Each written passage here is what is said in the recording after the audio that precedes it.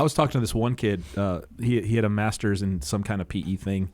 He's a pitching coach or no longer a pitching coach. No, he's helping the wrestling team at a club, maybe doing some pitching stuff or whatever. And he's telling me about how he wants to go back and get his PhD or whatever. And I think he was kind of trying to impress me with his background and his degrees and stuff. And then I started to tell him, I was like, man, you're better off just learning how to coach. I mean, we'll teach you how to coach. Come, and we're talking about the job and stuff like that.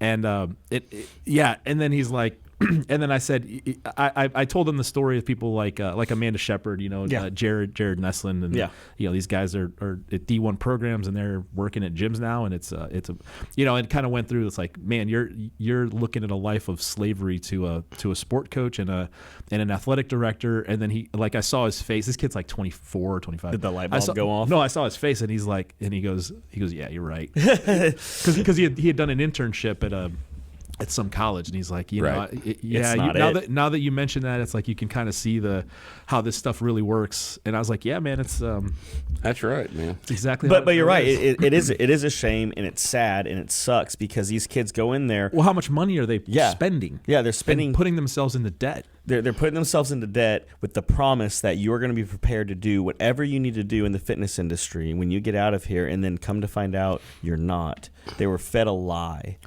And you're working the same job that a kid who went and got his ACE certification in online. Mm-hmm. You have the same qualifications as that kid. Yep. I mean, that's you don't know any more about it than he does. Yeah, you really don't. I mean, when you get down on the floor and the exercise floor of a gym, there are things that happen on that floor that you have to understand. And that's not in any of your textbooks. Even just being personable. the kid with no skills, coaching skills, could be kicking your ass just because he's personable. Yeah. Because you spent 4 years learning science instead of learning how to talk to adults. But we also have to think about the expectations these people have for themselves. They want to be a personal trainer, right? So they get a job just counting reps, putting people on machines, and some people are okay with that. Some people are perfectly fine with good. That's where their career is at. Yeah. So I don't think everybody that goes into these fitness education systems, they say, you know what, I want to get people fucking strong under a barbell. Not everybody thinks that. No. So they don't. Some people want to put people on a treadmill and calculate their VO2 max and. But that's not worth $60,000. It's not worth $60,000. It's not. No, but you know what else isn't? An art degree. Look, the registered nurse at the doctor's office can do a Bruce protocol on you. Oh yeah. The LVN can do the Bruce protocol. No, I feel like that is irrelevant to what I feel like right now your value. For the past few episodes, we've been getting on the whole academia thing, but I mean, how many useless degrees are there? You have art. People come out with an art degree. What are you going to be? A teacher?